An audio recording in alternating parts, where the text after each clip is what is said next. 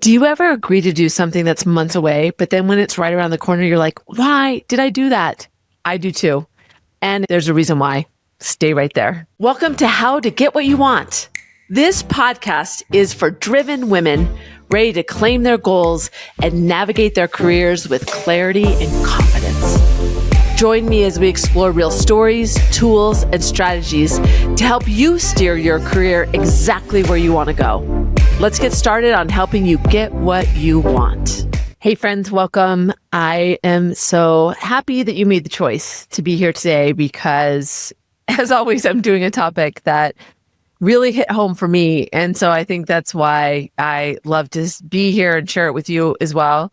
And I love to hear from you. So let me know how this lands for you and what was brought up, what bubbled up for you. Really think about how can you take a nugget today and apply it for you. I think it's really important for us to be thinking about the action that we can take to be the better person that we're moving toward tomorrow. So this whole idea of the future, I have listened to and read a lot of research around what our minds do, this trap that we fall in around the future.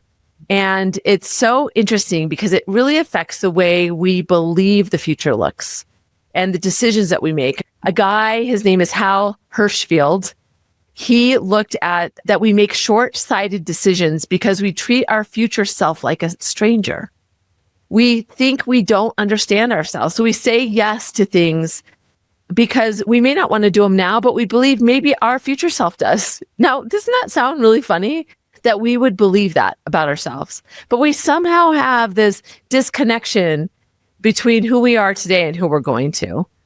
The second piece of research was from Daniel Gilbert and Timothy Wilson, and it's about effectively forecasting errors.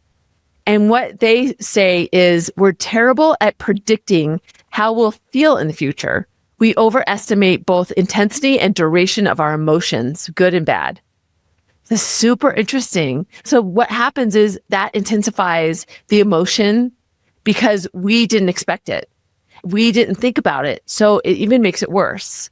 And we expect that what we had believed to be true. Like if we were looking forward to something, and I think a great example is if you were going to go speak on a big stage and you were like, so once I get there, I'm going to be so excited and be just rejuvenated.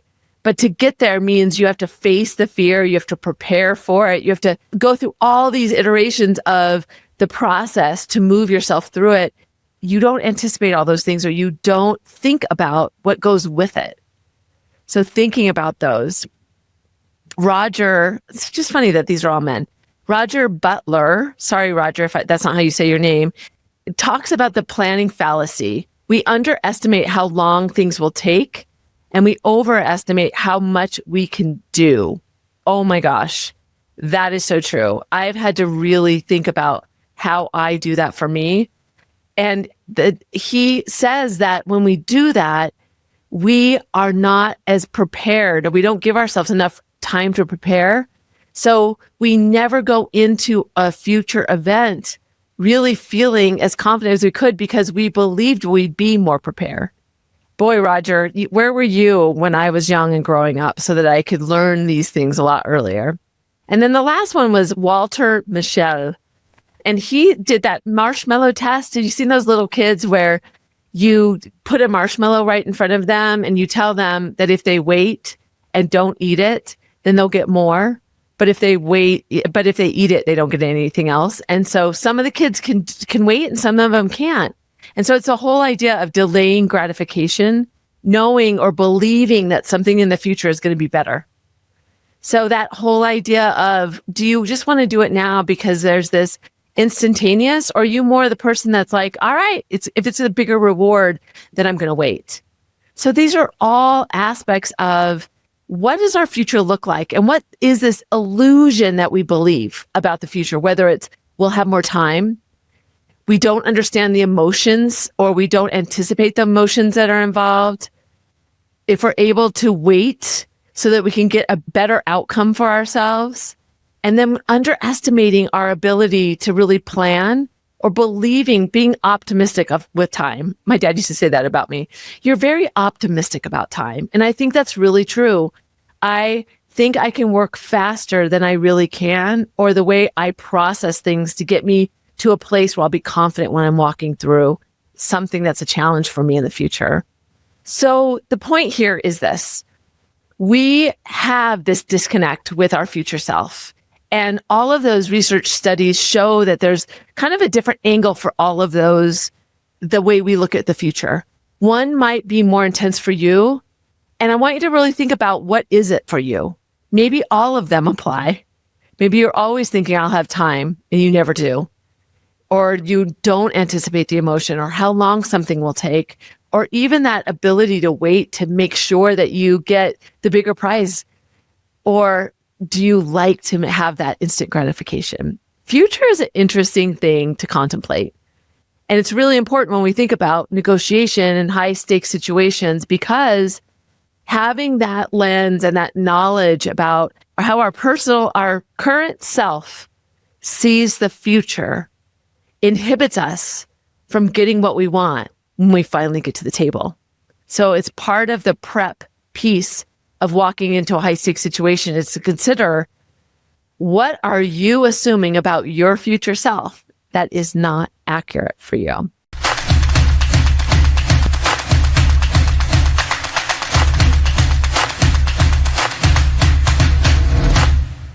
I'm just going to state the elephant in the room, which is negotiation is one of those things. Asking for what we want is something that we can push out into the future because it's uncomfortable.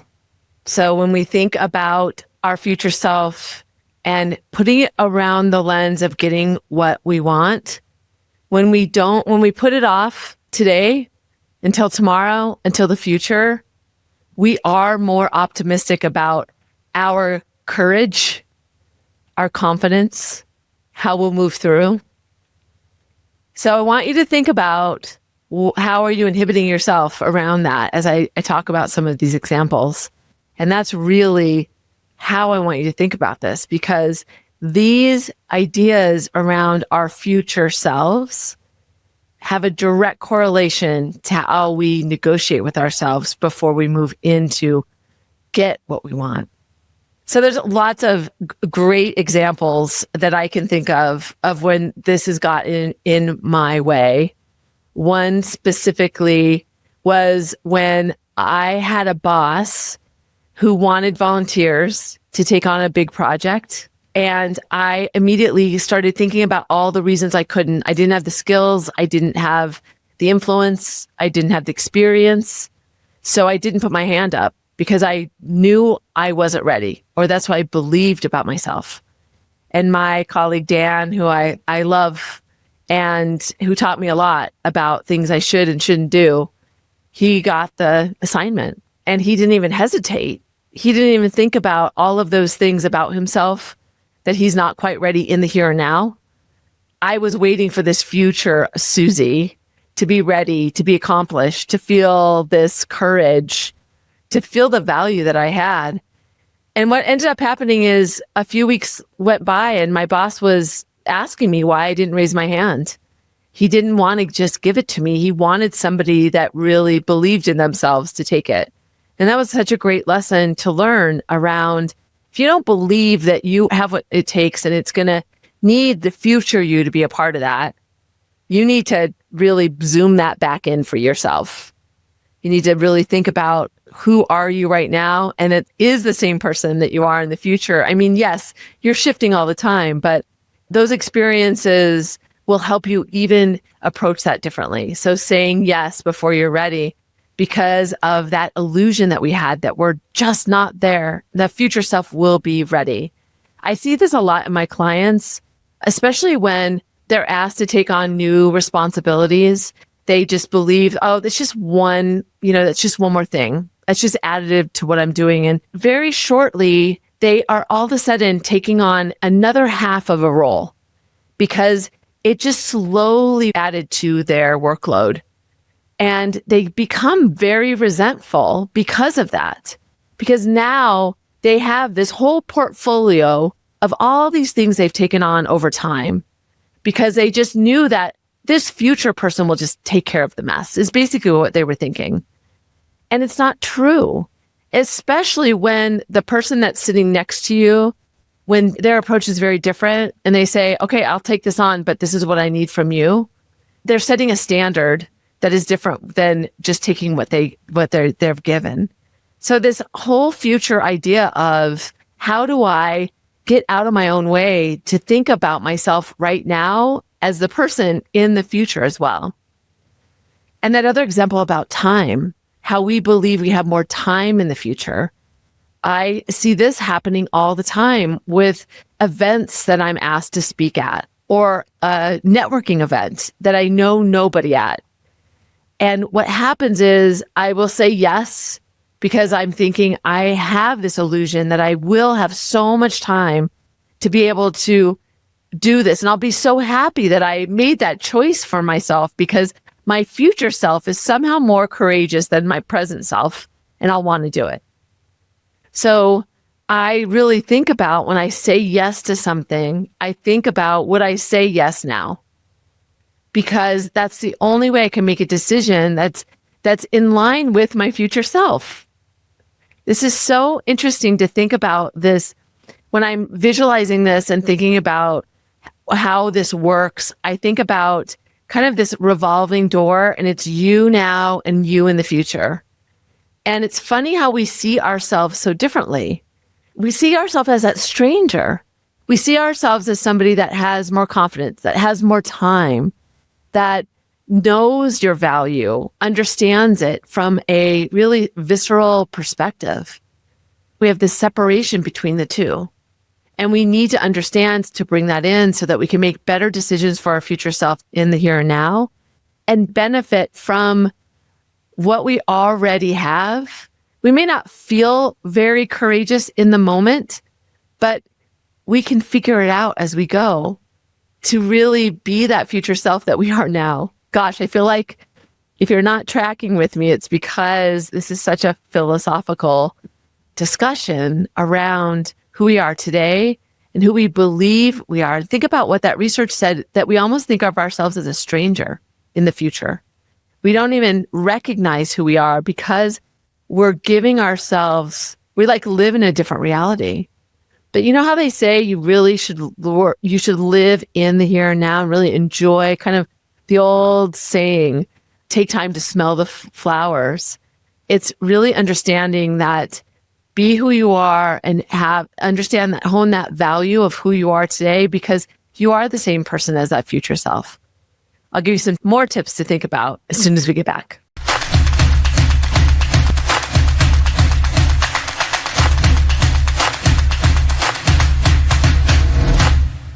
When I think about these tips, they're very grounded in adopting a negotiator mindset. And the first one is being really clear about where you're going, meaning like, where do you want to develop? What are some of the things that you want to experience? What's exposure that you want? And the reason I want you to do that is because then you'll see these opportunities, or when somebody comes to you and asks you if you want to participate in this, or if you want additional responsibility, it's yes, because it's going down the path that you want to go. And when you recognize that it is above and beyond, you can say in that moment, yes, I want to take this on. This will be a great experience for me, but I really want to talk about how I'll be able to either hand off something else that I'm already doing, or I'm going to ask for more compensation, or I'm going to ask for something else in return. So when you're really clear about what's important to you, it allows you the optics to see it around you, where you can opt in and even say yes before you feel ready.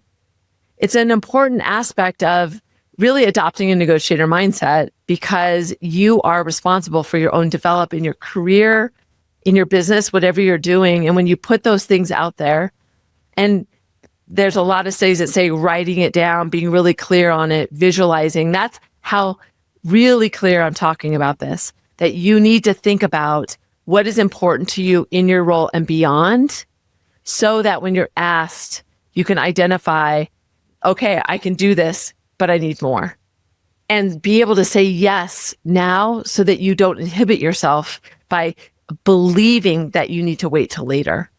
So clarity is, a foundational aspect of a great negotiator, is that clear view of the best possible outcome that you can achieve. The second one is really framing the bigger picture, understanding that your future self is you. So when faced with something, tell yourself, would I say yes if it was in the next 48 hours? Reframe it to your current self so that you can identify if you really want to do it. And if you're saying, I'm not quite ready, understand that the way we develop and grow is to do things before we are ready. That is the way you move through and get better. So taking time to reframe it, asking yourself things like, what do I have to lose? Instead of saying that, what do you have to gain? What if it fails? What if you don't have the right skill? But what if it succeeds and you grow? So reframing it in the moment for you, and maybe it's taking the space and the time. It's once you see it, it's having that clarity. It's framing it so that you have the intention of moving forward now or saying no, that it's not going to serve you. And this is why. The third one is to make space. Whether it's you're really clear about where you want to go, it's making space to plan about how you're going to anchor those ideas to the right people so that they start to get some seedlings out there and then you can water them and see them grow.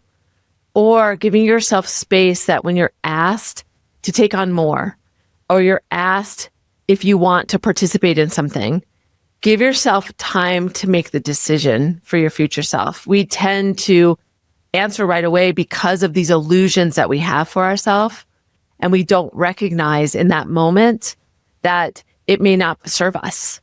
And if it doesn't serve you in the moment, then it's saying no. So make space to make a decision. Saying yes right away is not the best strategy in any kind of negotiation, even accepting the first offer. So making it a practice to make space is a great best practice for any negotiator and for you to make the right choice for your future self. So understanding these illusions that happen for us and how we view our future self, making that space will allow you to make the right decision for that person. So the three are being really clear about where you're going, making sure you frame the bigger picture, what's important to you, understanding about how to say yes and if you want to.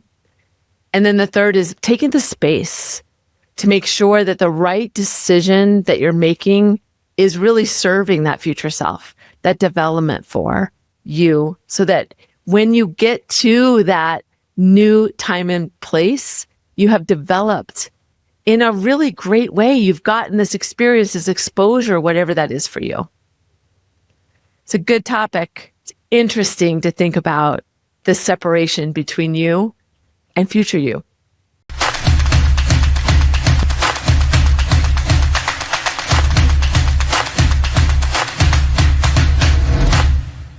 I'm just going to say it. Our brains lie to us about the future. We see our reality today differently than we believe our future will be. And so we think we'll be more motivated. We think we'll have more time. We think we'll be more skilled. We're doing our future self a disservice because in the here and now, we're waiting because of that. Do you see the disconnect?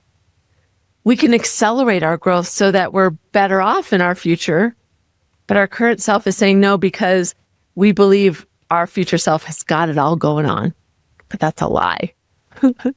So it's really important to think about this. So here's my ask for this week. What are you saying yes to because you believe that your future self has more time and motivation, that you just have this abundance for that future self? What are you saying yes to that you shouldn't be saying yes to? And what are you avoiding because you feel like you're not ready? You feel like you'll be uncomfortable? What are you saying no to that you may need to be saying yes to? This future self, current self dilemma is something that I consider all the time Because once you see it and you realize that we have a different belief system about our future self, it helps you make better decisions in the here and now. It's helped me a ton. I always ask myself, would I say yes to this if it was going to be happening in 24 hours or 48 hours? And, it doesn't have to be a jerk of a no. No, I'm not going to do this. This isn't important to me. You have a good frame. Hey, listen, I think this sounds like a great opportunity. I apologize, but I just don't have the ability to be at that event or to attend that. But thank you so much for thinking of me. So it doesn't have to be a tough no. Yes, it can be a soft no. It can be in your voice. What do you need to do? What do you need to say yes to? What are you saying no to? What are you thinking about that future self of yours? How do you look at yourself? Think about those things that I talked about today. If you love this whole idea, I'm going to keep exploring these mindset things, these emotional things, these perspectives that we have that get in our way. It's all associated to adopting a negotiator mindset, which is my newsletter. If you want to go deeper with me and be a part of my world, go to negotiationlove.com and you can sign up there. I'd love to have you as a part of the community.